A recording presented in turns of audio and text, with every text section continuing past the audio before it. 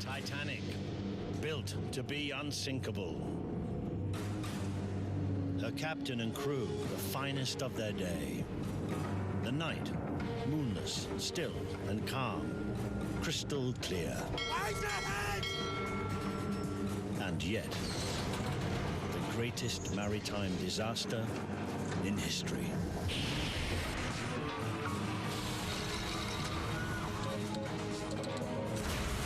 The indestructible, destroyed, and abandoned by a nearby ship. It seems impossible to believe that the captain and officers knew of our distress and deliberately ignored it. Many questions still surround that night. Among them, the biggest and most crucial mystery of all. Why? How could this have happened at all? So she's at Titanic's wreck site. That's incredible. He's traveled the world, collected data, examined thousands of hours of testimony. The more I read about the truth of what happened, the more I realize how strange it really was. For the first time ever, new research will help explain the mysteries behind the tragedy.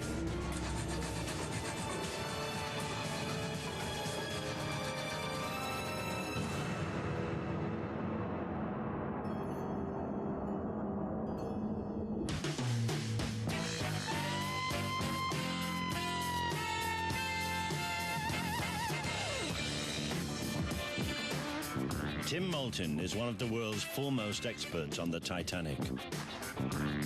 His journey to uncover the truth behind the tragedy has taken him across the world. Here in Las Vegas is the object of his lifelong quest. Dragged up from the ocean floor in 1998 and put on exhibition amongst the casinos, showgirls, and magic acts.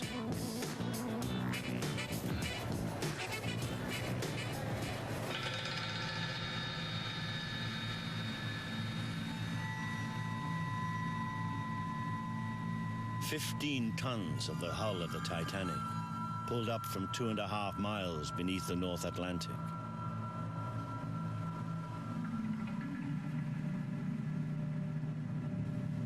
Bringing up and exhibiting a piece of the wreckage is highly controversial. But to Tim, it's a chance to stand face to face with history.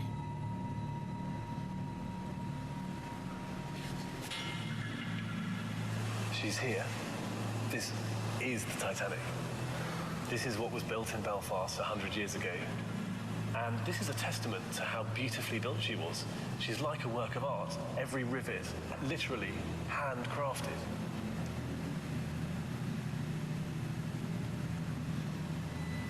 It's extraordinary to be standing this close to it. It's almost as though Titanic's come back from the dead and sort of hit me in the face almost, because she's here.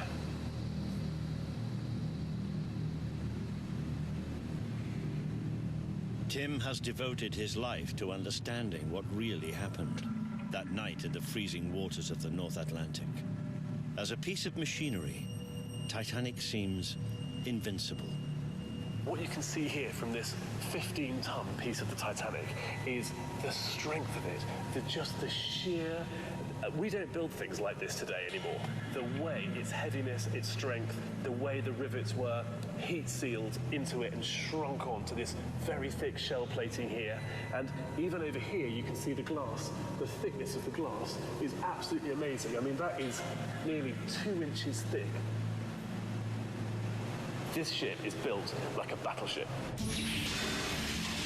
1909 is a remarkable year. The world's biggest and strongest ship, symbol of the might of the Industrial Revolution, begins to take shape. In Belfast, Northern Ireland, Titanic's keel is laid.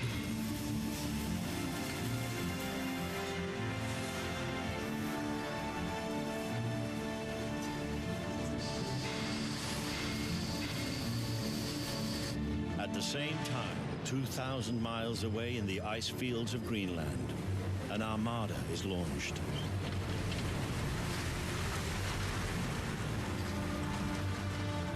thousands of icebergs are carving off from the glaciers and begin making their way south towards the shipping lanes of the North Atlantic.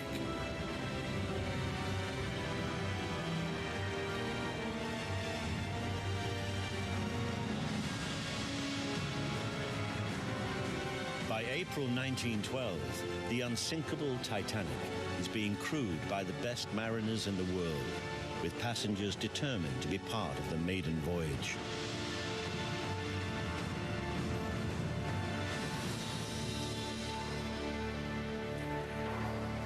Back in London, Tim surrounds himself with all the available scientific and historical research he needs to plot and understand that night, moment by moment. Over the years, Titanic has become a myth, and as we go on, we get further and further away from the truth. And what I wanted to do is wind the clock back to 1912, to almost put myself in that position there, and to really learn about the environment as well, and to find out exactly what happened that night. Tim has been obsessed with Titanic since he was a child. To help him understand it better, he even rebuilt the ship for himself. When I was about 11 years old, I got some glue and plans and cut them up, and just actually gluing them onto cardboard and actually starting to see the profile of Titanic come to life off the page. It really makes the Titanic become a real ship that you understand the geography of. Tim built his model using the plans of Titanic's sister ship, the Olympic. The designs were so similar that there were no blueprints for Titanic herself.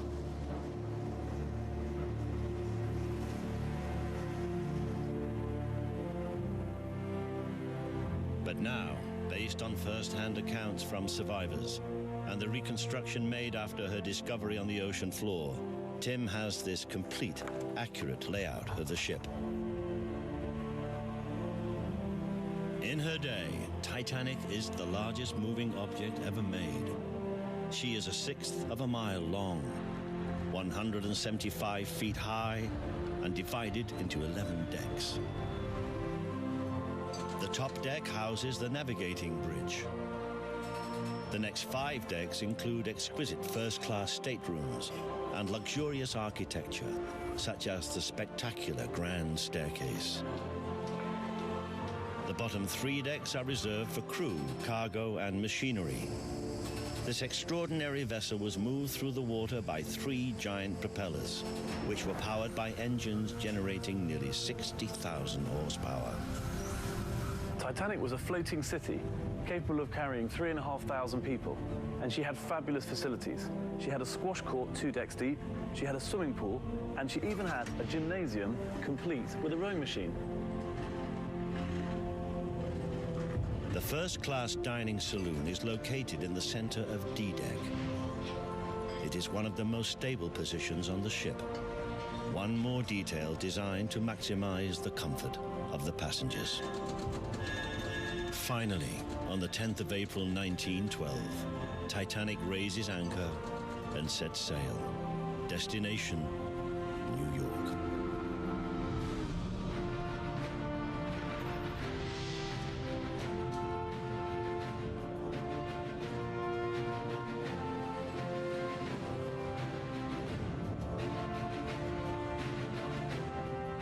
With a maximum speed of more than 23 knots and a weight of 46,000 tons, Titanic's journey begins.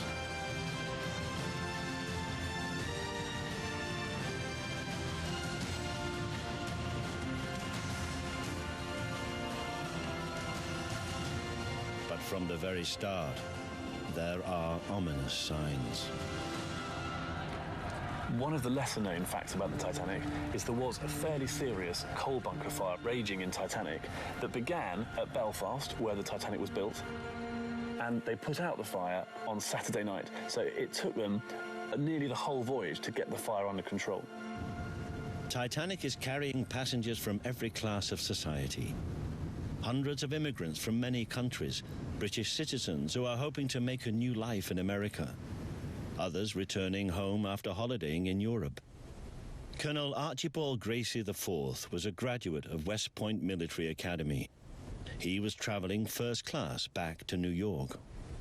I enjoyed myself as if I were in a summer palace on the seashore, surrounded with every comfort. There was nothing to suggest that we were on the stormy Atlantic Ocean. The motion of the ship, noise of its machinery, scarcely discernible on deck or in the saloons, day or night. Despite its huge scale, the true genius of Titanic is in its details.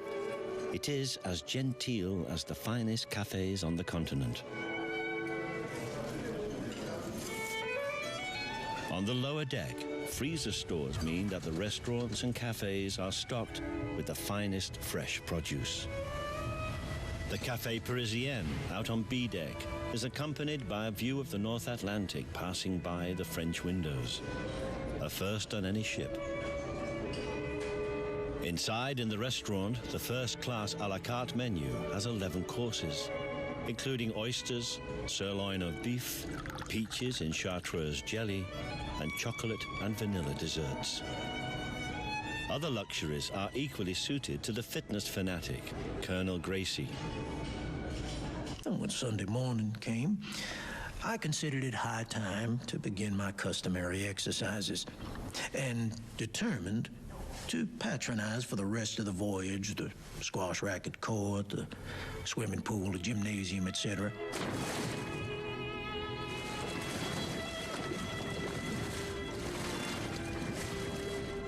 I was up early, before breakfast, preparatory to a swim in the 6-foot deep tank of salt water,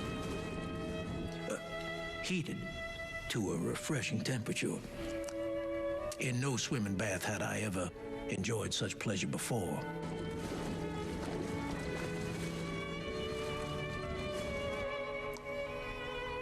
How curtailed that enjoyment would have been had the presentiment come to me, telling how near it was to being my last plunge, and that before dawn of another day, I would be swimming for my life in mid-ocean.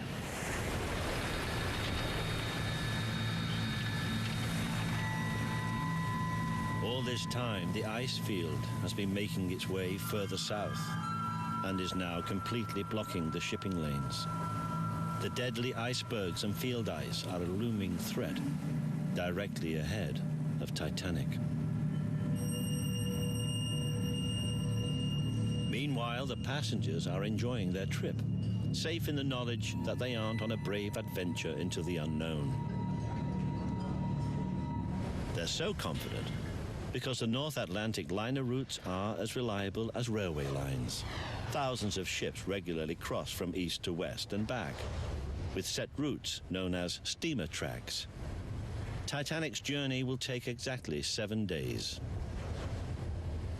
For a lot of people in first class, for example, business people, they might do this journey once a month, for example. They were always doing it, and they didn't expect it to be a trip into the unknown. They expected to arrive on Wednesday morning, and that was it. It's Sunday, the 14th of April, 6:30 p.m. Titanic has her lookouts high up in the crow's nest. Other ships on the steamer tracks had radioed warnings of the ice ahead. She's on alert, but traveling full steam ahead, confident that she can cope.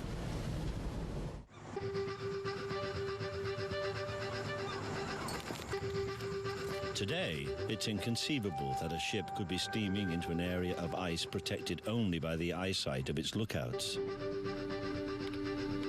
One of the reasons is the existence of the International Ice Patrol, which tracks the path of icebergs in the North Atlantic.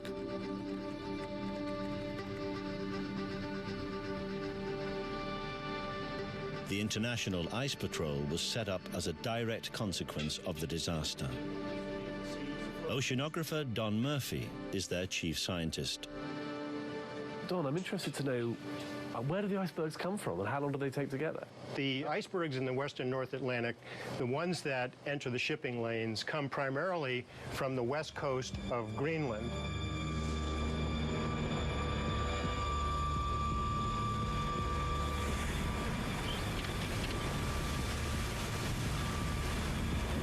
And then and down the coast and eventually along the coast of Labrador.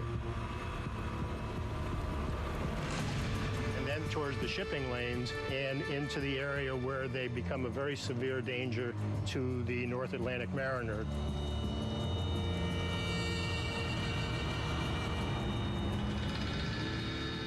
The freezing swathe of water that carries the icebergs is called the Labrador Current. In the 2-year journey south, the water keeps the icebergs dangerously large for a dangerously long time. Eventually, this frigid current, with its deadly cargo, cuts into the warmer Gulf Stream. We do know that 1912 was a very severe iceberg year. Over 1,000 icebergs entered the North Atlantic shipping lanes during 1912. The average is a lot less than that. Around 500 a year is the average. So it was a very severe iceberg year. The existence of so many icebergs does give us the understanding that the Labrador Current was bringing a large number of these from the north into the shipping lanes. And one of the things that we have to be very careful about is the location of these Labrador Current areas that have relatively very, very cold water in it, and of course preserve an iceberg. Today, we have the technology that would warn a ship of the exact whereabouts of the icebergs it's heading towards.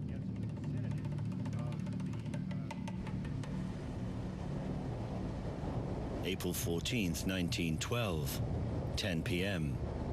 In a short space of time, it's gone from warm weather to freezing cold. The water is calm, and a blanket of stars fills the sky. The air is clear as far as the horizon. Perfect visibility. The entire safety of the ship now depends on her watch officers and the lookouts Frederick Fleet and Reginald Lee. Another thing that's been blamed for the Titanic disaster is that the lookouts didn't have binoculars. And it is true that binoculars were scheduled to be in the crow's nest, but they weren't in it for that journey. However, having read all of the inquiries and listened to testimony from the captains of all the major transatlantic liners, what I know is that the best way of spotting ice at night is with the naked eye. And the last thing the officers on the Titanic wanted was the lookouts messing around with binoculars. Titanic and other ships in the White Star Line prided themselves on having a dedicated lookout crew. In clear visibility with the naked eye, they should be able to spot an iceberg on the horizon. That means at least 20 minutes warning. If there is anything out there, the captain will know about it in time. What they wanted was a quick 3 sharp rings of the bell, which means an object dead ahead. For some of Titanic's passengers, the bars and restaurants offer entertainment well into the evening. For others, like schoolteacher Lawrence Beasley, it's time to turn in. He's in his cabin on D-deck. The quietness of the night was broken only by the muffled sounds that came to me through the ventilators of stewards talking and moving along the corridors. Nearly all of the passengers were in their cabins, some asleep in bed, others undressing, and others only just down from the smoking room and still discussing many things. On the bridge, Titanic's engines are at full speed ahead. Now traveling at more than 22 knots, she's almost at top speed. One of the most common explanations that people give for the cause of the Titanic disaster is that she was going too fast. And yet, when you look at the evidence, what you see is that captain after captain testifies to having experienced it to be totally safe to keep to full speed in ice in clear weather. Another version posits that Captain Smith is drunk on duty, but it's his firm policy never to drink while at sea. He's one of the finest captains, given responsibility for the greatest ship. His popularity is such that he's called the millionaire's captain, and he's doing everything by the book. That night, the weather was completely clear, so Captain Smith was doing only what all the other captains would have been doing, which is keeping a sharp lookout. They're being extra vigilant because of the warnings from other ships. Tonight, a smaller 450-foot steamer, the Californian, has passed 3 large icebergs and radioed a warning to all ships. Titanic acknowledges the message. Now at about 10:30 p.m., the Californian finds herself blocked by a huge ice barrier, almost 30 miles long and 3 miles wide.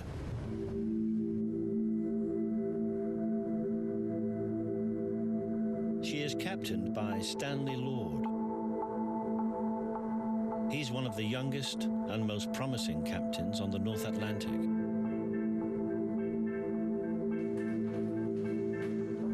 Soon after he stops at the ice barrier, he notices a ship approaching. Evening, officer. Evening, sir. When I came off the bridge at 10:30, I pointed out to the officer that I thought I saw a light coming along. And it was a most peculiar night. And we had been making mistakes all along with the stars, thinking they were signals. She appears to have no wireless. We could not distinguish where the sky ended and the water commenced. You understand, it was a flat calm. He said he thought it was a star, and I did not say anything more. Let's go to the... And I said, let us go to the wireless and see what the news is. But I met the operator coming.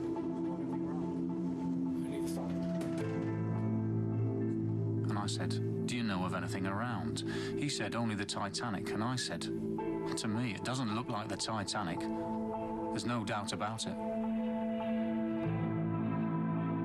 Lord is convinced that he's looking at a small steamer and is sure that, unlike Titanic, it doesn't have radio.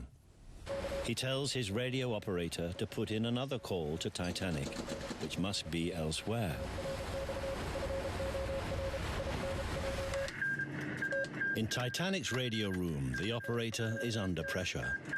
The ship has just arrived close enough to the United States to begin sending telegrams direct to shore. And there's a huge backlog of messages. In order to hear the distant signal, Jack Phillips has turned his headphones up to full volume.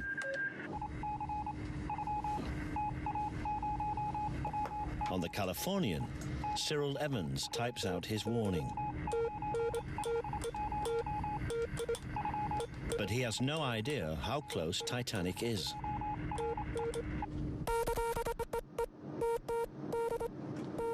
His ears ringing, Phillips has no patience for any interruptions. Evans has done his best to relay his warning. His 16-hour shift ends, and he leaves his post for the night. He is the only radio operator on the Californian. Titanic is now only about 10 miles from the Californian, but cut off from the nearest source of rescue. It is 11:30 p.m. Titanic is steaming through a massive ice field in the darkness, confident that she can see an iceberg in time to avoid it.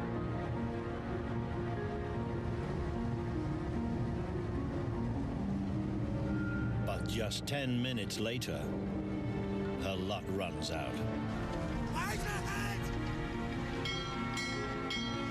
Ice ahead! Ice ahead! The iceberg isn't 20 minutes away. They spot it when it's almost on top of them. Something has gone terribly wrong.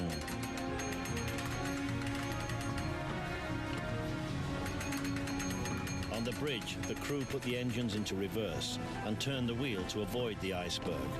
Despite her size, the Titanic is highly maneuverable. Instead of slamming straight into the iceberg, it manages to begin turning away.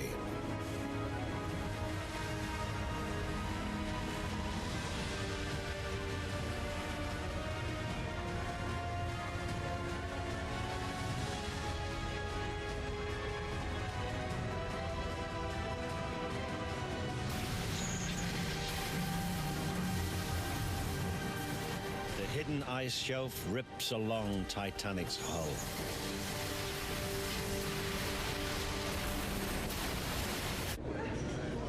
The Titanic is so large, many passengers have little idea of what is happening.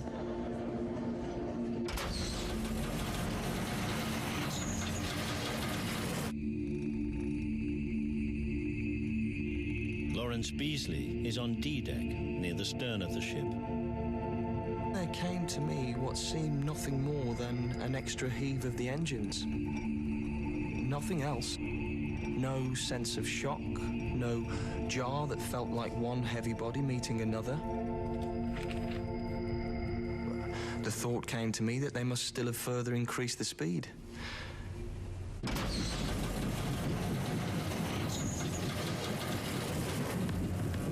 And all this time, the Titanic was being cut open by the iceberg and water pouring in aside.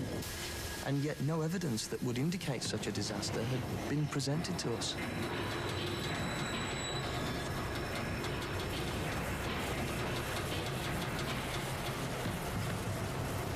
One of the most common myths today is that Titanic was somehow badly built, or the rivets were weak, or the metal was brittle. And I can assure you that's a complete myth. Basically, the builders were actually encouraged, if anything, to spend more money on the ship, not less.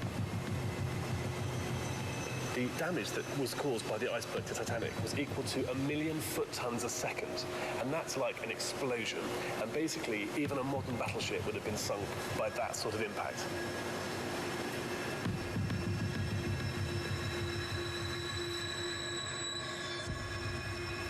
At the afterbridge on Titanic's stern, Quartermaster Thomas Rowe is absorbed by the lights. They're electric, an improvement on the flickering oil lamps of old, and surrounding them are colored patterns caused by ice crystals in the air. Rowe calls them whiskers round the light.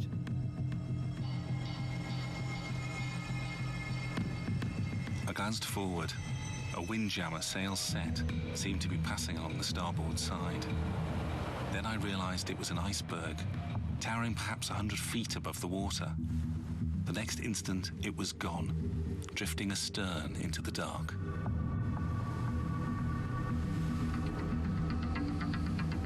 In just 5 seconds, Titanic's watertight compartments are ripped open along 200 feet of her hull.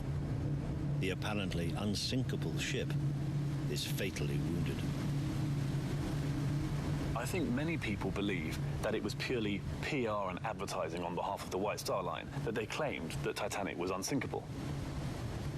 But actually, what we get from reading all the evidence is that her builder, Thomas Andrews, actually believed she was unsinkable. And even Captain Smith, on the Sunday night, was explaining to his dinner guests on Titanic how she could be cut crosswise into 3 pieces, and each separate piece would float.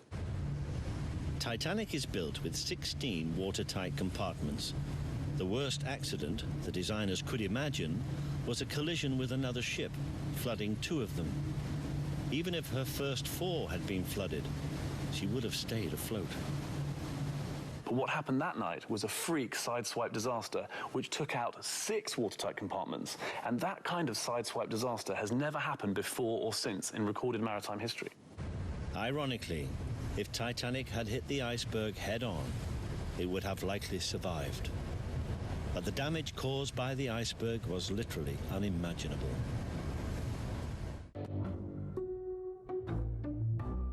We're missing doors, we're missing boot, we're missing wheels, we're missing lights. There's only one thing left to do. Let's get started. Shift out of the way. We're coming through. The boys. This car is the biggest mistake we've ever made. Are back. Een gloednieuwe Car SOS. Donderdag om 10:00. National Geographic. It's all right. Kijk, onze heerlijke lintchocolade is helemaal klaar voor Pasen in een speciale vorm. Die herken je zelfs met je ogen dicht. Ja, aan het belletje. Zo klinkt alleen de gouden paashaas van Lindt. I've got something so important to you. You'd betray your family to protect them. Fast and Furious 8. Nu in de bioscoop, ook in IMAX. Kan die aanbieding nog groter? Ja! Alle Witte Reus XL wasgel en poeder wit of color voor maar €6,99 per stuk. Kruidvat steeds verrassend, altijd voordelig. Koop nu tickets voor Fast and Furious 8 op pathé.nl. De nieuwe Volkswagen Crafter. Voor vakmannen die niet van ophouden weten. Graag een tandje bijzetten. Niet achteroverleunen. Nooit de kantjes ervan aflopen. En altijd de handen uit de mouwen steken. De nieuwe Crafter maakt zwaar werk licht. Boek nu een proefrit op crafter.nl. Je eerste huis kopen is best spannend. Want je moet het opnemen tegen ervaren professionals. Met de experts en diensten van Vereniging Eigen Huis sta je niet alleen. Bijvoorbeeld met onze bouwkundige keuring. Daarmee voorkom je verrassingen en sta je sterker in de onderhandeling. Een huis kopen begint op eigenhuis.nl. Vereniging Eigen Huis. Sta sterker. De nieuwe Volkswagen Crafter maakt zwaar werk licht. Je rijdt hem al vanaf €21.950. Boek nu een proefrit op crafter.nl. Wij zijn Charlie Temple. €25 voor een bril. Inclusief glazen op sterkte. Voor op het werk. In het weekend. En in de zon. Vandaag besteld. Morgen in huis. In 30 dagen niet goed. Geld teruggarantie. Ontdek jouw bril op charlietemple.nl. Een avond vol verleiding. Een pizza belegd met de beste ingrediënten. Heerlijke toppings, rijk van smaak, met een krokante dunne bodem. Waar je ook bent, restauranten smaakt altijd zoals bij de Italiaan. €25 voor een bril, inclusief glazen op sterkte. En multifocaal vanaf €29,99. Bestel jouw bril op charlietemple.nl. Nu bij Hollands Nieuwe. De nieuwste iPhone SE 32 gigabyte met 1000 MB minuten of sms voor maar €23 per maand. Kijk snel op hollandsnieuwe.nl. Daar ga je dan.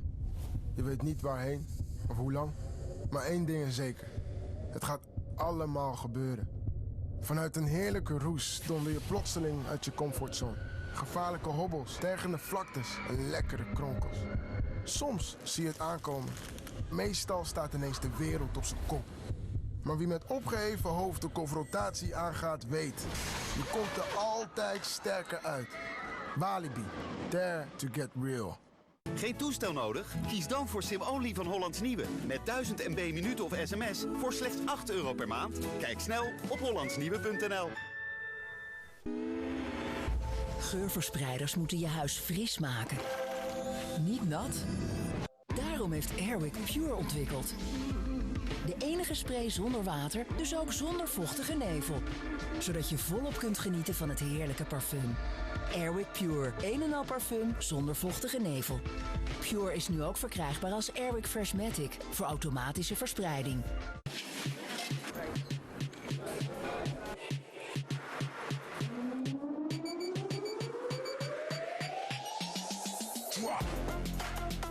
Ja, van contactloos betalen wordt iedereen blij. Het is snel, makkelijk en iedereen kan het. Doe het ook met je betaalpas of mobiel.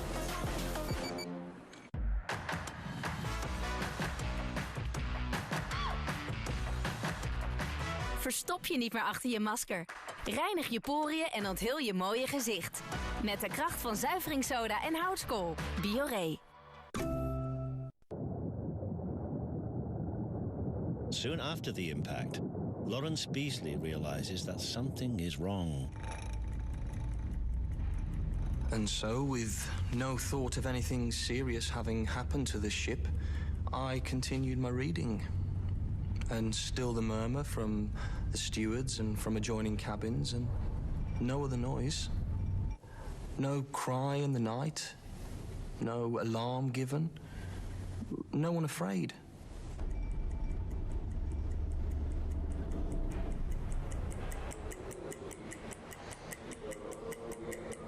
But in a few moments, I felt the dancing motion and vibration cease suddenly.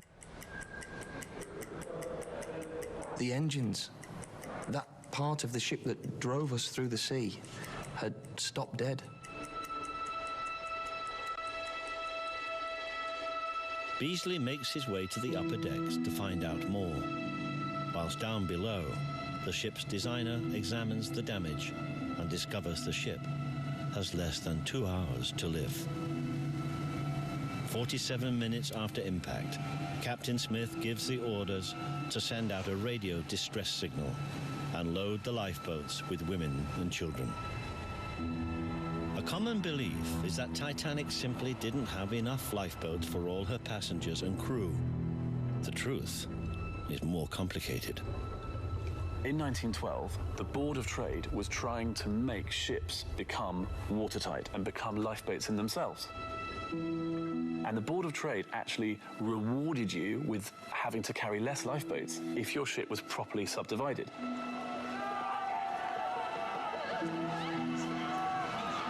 They believed that the best way to save life at sea was preventing ships from sinking in the first place, not having dangerous ships with lots of lifeboats on them.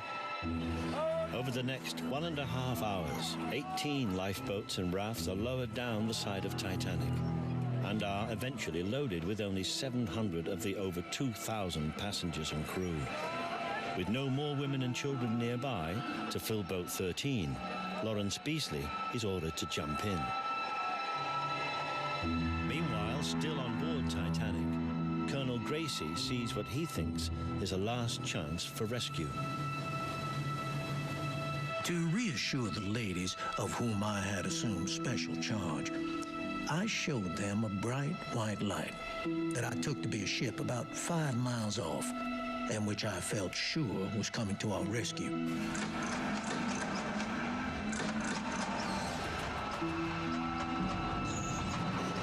Captain Smith orders an attempt to signal the nearby ship with the message, "Come at once, we are sinking." But they cannot make out a response. But instead of growing brighter, the light grew dim and less distinct, and passed away altogether.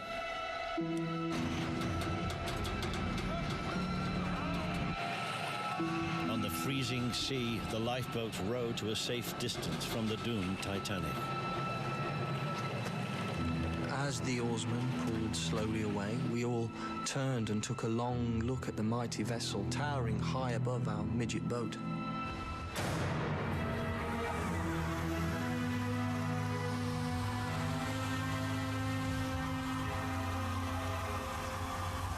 I know it must have been the most extraordinary sight that I shall ever be called upon to witness.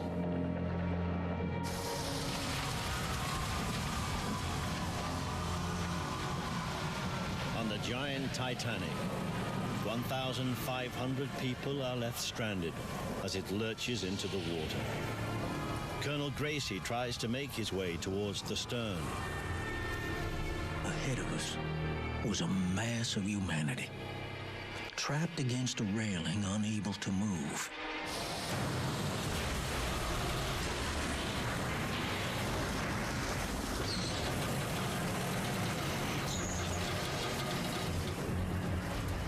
As the ship keeled over forward,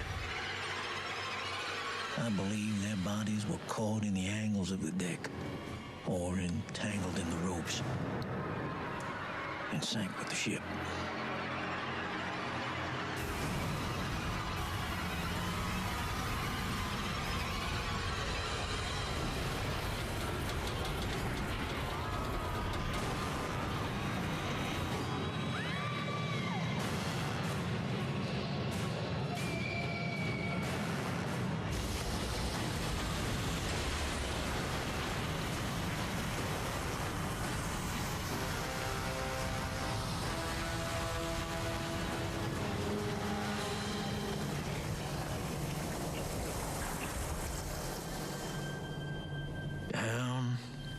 Down I went. Seemed a great distance.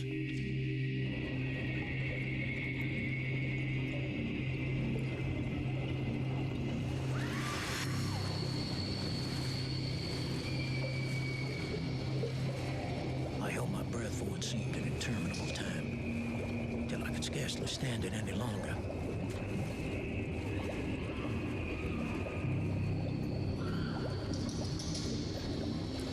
And it was then the thought that this was my last moment came upon me. Just when I thought that for lack of breath I would have to give in, I was given a second wind. Well, finally I noticed by the increase of light that I was drawing near the surface. Now, though it was not daylight, the clear, starlit night made a noticeable difference in the degree of light just below the surface of the water.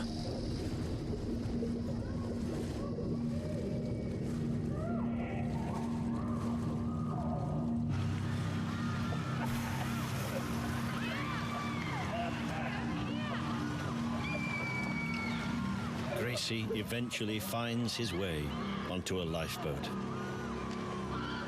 Hundreds of others are less lucky, and within minutes begin freezing to death in the icy water.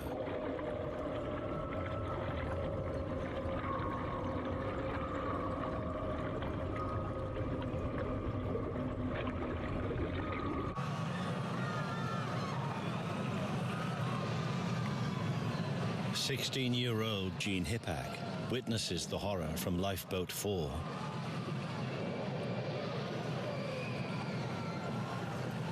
You can't think what it felt out there alone by ourselves in the Atlantic.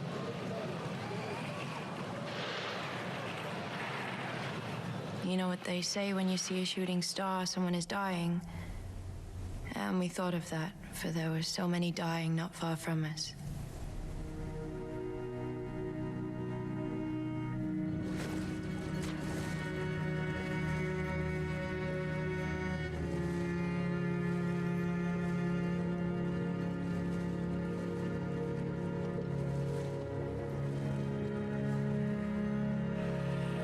As people freeze to death around them, the survivors can only think of the mystery ship that failed to come to their rescue.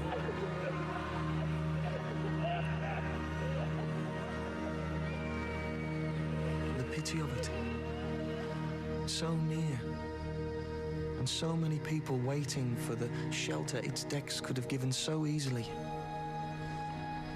It seems impossible to believe that the captain and officers knew of our distress and deliberately ignored it. The Titanic, brought down by an iceberg, and the victims apparently ignored by a nearby steamer, which could only be the Californian. Two great unsolved mysteries of that tragic April night.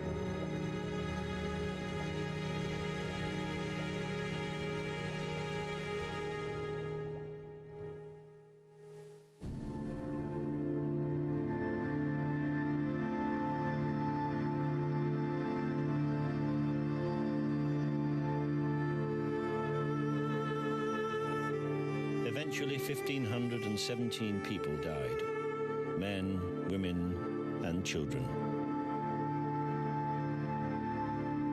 The impact of the disaster reverberated throughout the world.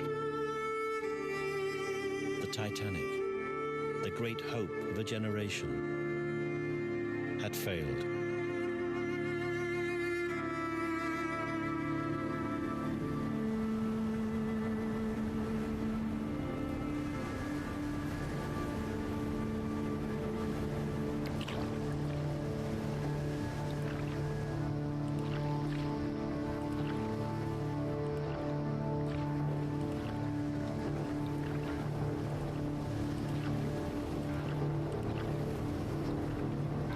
Being in this boat, which is obviously much safer and with all the modern equipment, it gives me an insight into how those Edwardian people with women and children in nightgowns and things, they were out there in a boat not much bigger than this, in the wide Atlantic, with bergs probably even bigger than that, some of them. It was really sunny that day, and they would have been carving off as well. So the Titanic survivors, they'd have heard that occasional crump and crash and splash and roar in the distance as the icebergs toppled over.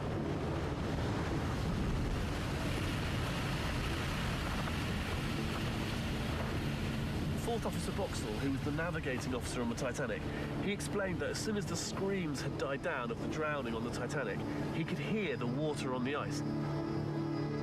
And he could hear what he called the rumble of the ice.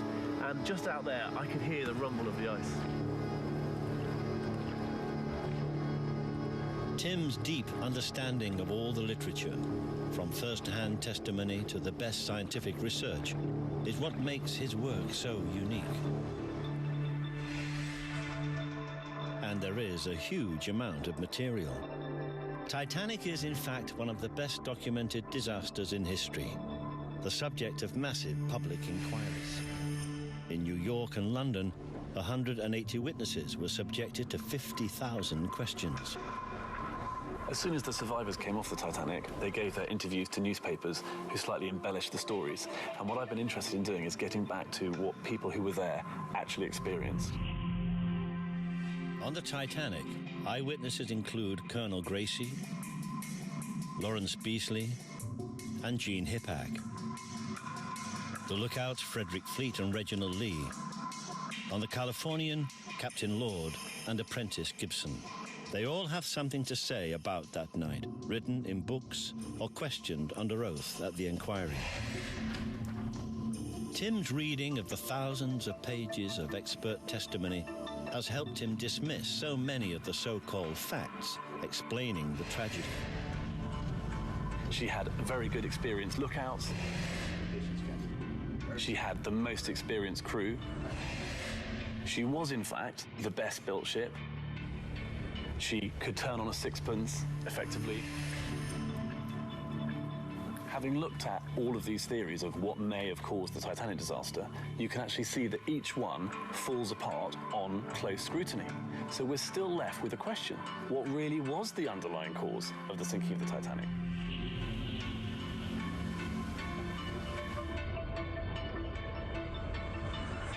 And a second question, just as mysterious. Why did the crew of the ship that was close enough to come to its aid appear simply to look on and do nothing?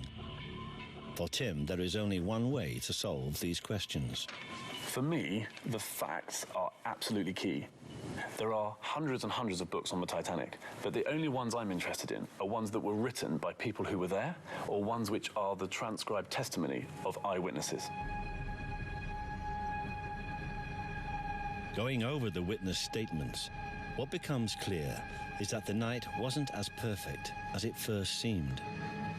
It was almost too perfect. A canopy of stars, brighter than anyone had ever seen before, the unnaturally flat, calm ocean, and the sudden, almost supernaturally freezing cold. It was just a keen, bitter, icy, motionless cold that came from nowhere and yet was there all the time. The stillness of it, if one can imagine cold being motionless and still, was what seemed new and strange. Even the hugely experienced crew noticed how unusual it was. Charles Lightoller was the second officer on Titanic. Lightoller talks about it dropping 4 degrees in the half an hour that he was having his tea, and the carpenter then goes to stop the fresh water freezing up, and yet they'd been sunbathing on the deck just before. All of the survivors mention how sudden the drop in temperature was, and how extreme the drop in temperature was. So what I wondered was that by investigating the temperature, maybe that could give us a clue and be a way into unlocking the true cause of the Titanic disaster. Not only were there huge icebergs waiting for Titanic, but perhaps a bigger, more ominous threat over the whole tragic event.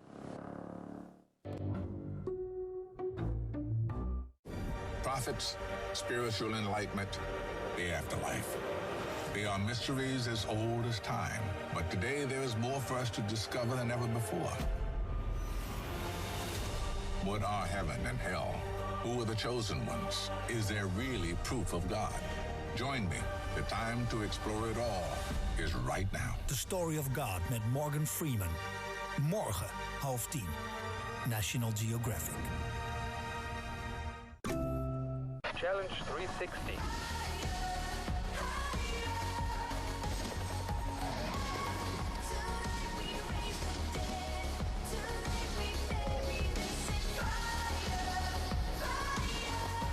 Go Play Outside.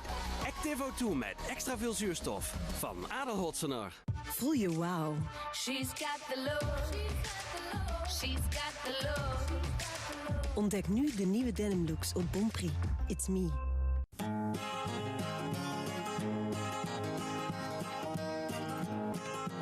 Me and you singing to the birds. Me and you not saying a word. Me and you wouldn't call it absurd. That's because me and you have heard you can fly as high. Goed op weg met ANWB. Met de Wegenwacht helpen we je bij pech snel weer op weg. Kijk op anwb.nl. Unlimited data, bellen, alles. Bij T-Mobile voor €35 per maand.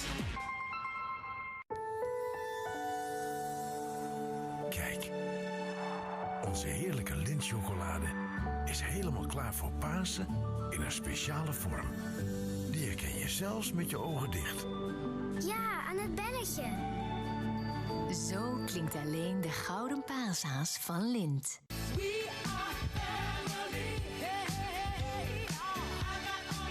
Start je groep met T-Mobile samen en krijg allemaal tot €5 per maand extra korting.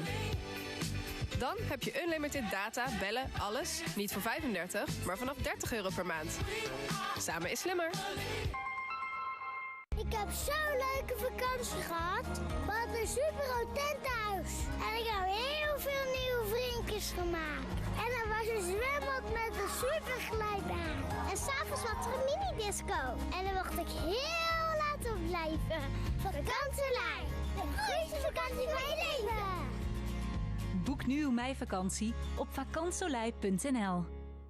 Y-Limit Super Slow-Mo. De Sony Xperia XZS met super slow motion camera, unlimited bellen en 5 gig data. Vanaf €44 per maand, exclusief via T-Mobile.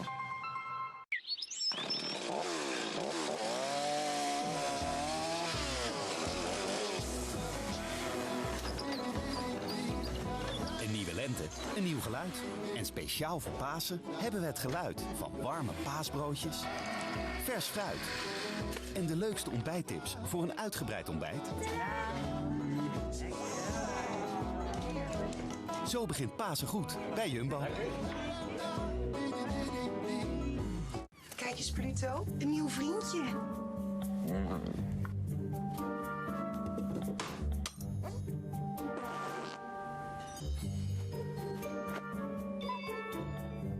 Wat is dit? Naar buiten. We kunnen die twee wel even alleen laten, toch? Ja. Omdat je nooit weet wat je huisdier kan overkomen, is er de huisdierenverzekering van ORA. 4-voeters, voordelig, verzekerd. We vonden dit in Pluto's mand. Ja, gelukkig bent u goed verzekerd. ORA, direct geregeld.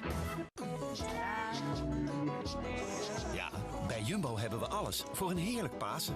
Zoals onze oververse croissants, Keizer, Multicorn of pompoenbroodjes, 4 voor €1.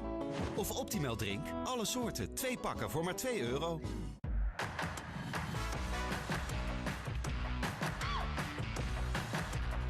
Verstop je niet meer achter je masker.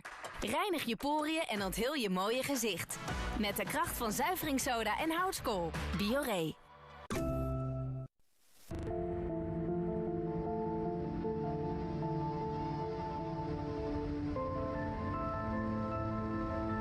To begin his investigation, Tim travels to the source of the ice that fatally wounded Titanic. It came from the Greenland glaciers, carried by the freezing Labrador Current.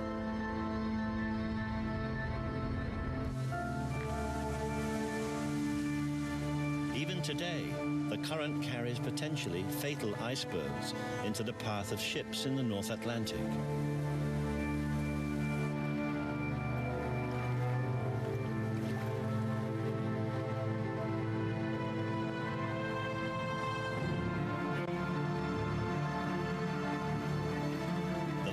Current has some unique properties, and in Newfoundland it's the local captains who have the depth of knowledge of icebergs that comes with navigating amongst them every year, all their working lives.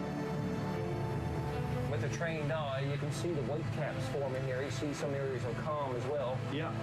This is the Labrador current that's running right along here. And is that why the ice is so near the shore here? Exactly.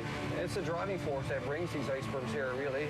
7/8 of the ice is underwater, so the mainsail is underwater, really. Yeah. So when that current strikes that ice underwater, it's going to have a dramatic effect on the movement of these icebergs.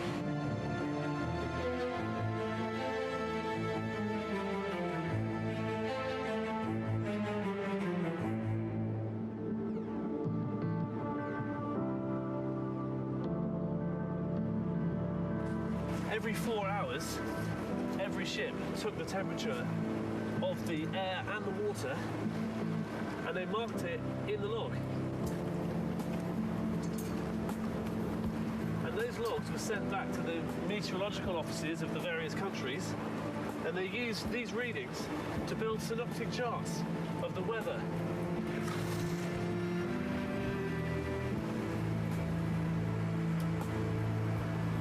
Here, it is 60 Fahrenheit, so it's much warmer here than it was when we were over there in the Labrador Current.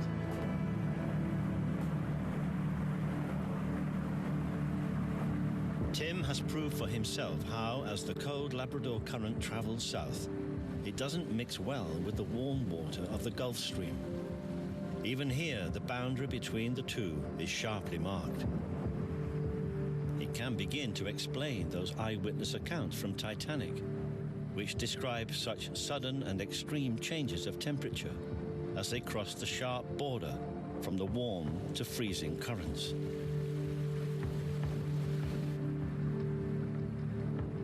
Today, even with modern technology at their disposal, sailors are still very wary of the danger that crossing into the icy Labrador Current can bring.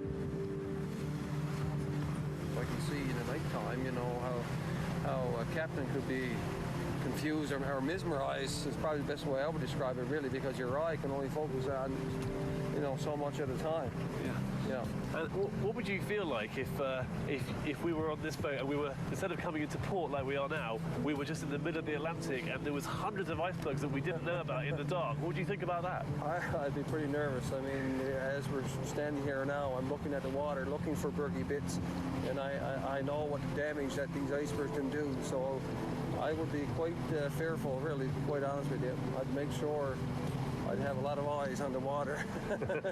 Try to avoid it, that's for sure. As Tim begins his investigation, one of the facts he is certain of is that Titanic's last hours were spent within the freezing Labrador Current. But for many years, no one knew the precise coordinates of Titanic when she sank. It was only accurately calculated in 1985, when the wreck of Titanic was discovered on the ocean floor. The coordinates of the wreck site gives Tim the first information he can use to build a scientifically accurate map of the scene of the crime. His next step is to try to wind the clock back 100 years.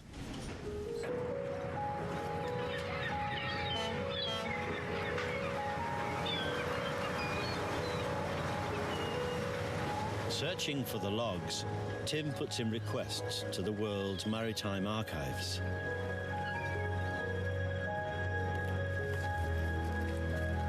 He eventually gets a call from the German Weather Office in Hamburg, from Wolfgang Gloden.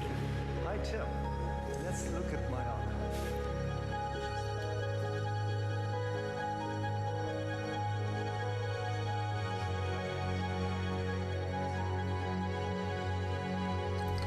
So here we are. Wow. Going down to our archive, where we store all the journals from sailing ships and from steamers, and it begins in 1829. Yes? And how many records do you have down here? We store about 37,000 journals in this archive. Yes.